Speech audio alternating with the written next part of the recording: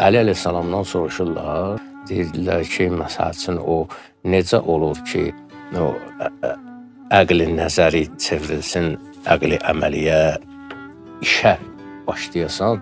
Bunun üçün nə lazımdır? Əli əleyhissalam deyir ki, bu əsas 4 məsələdən ibarətdir. Birinci məsələsi odur ki, sənin ehtiyacın olan qədər Allaha ibadət elə. Diqqət elə, ehtiyacın nə qədər? İnsan ehtiyac içərisindədir zaten. İnsan anbaan Allaha ehtiyacı var. Allaha deyir ibadətdə ehtiyacın nə qədərdir? O qədər, bu bir.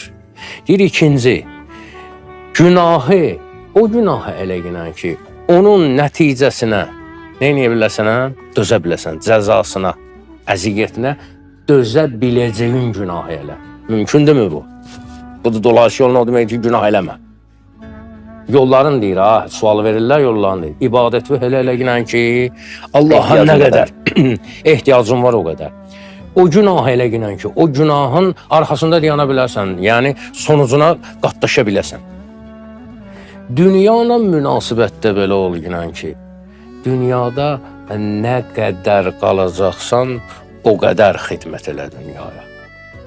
Və dünya ömrü də ki, Quran-ı Kərim nə qədərdir ki, çox azdır.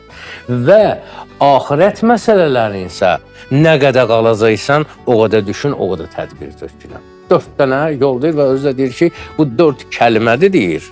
Bu 4 kəlmədən ibarətdir.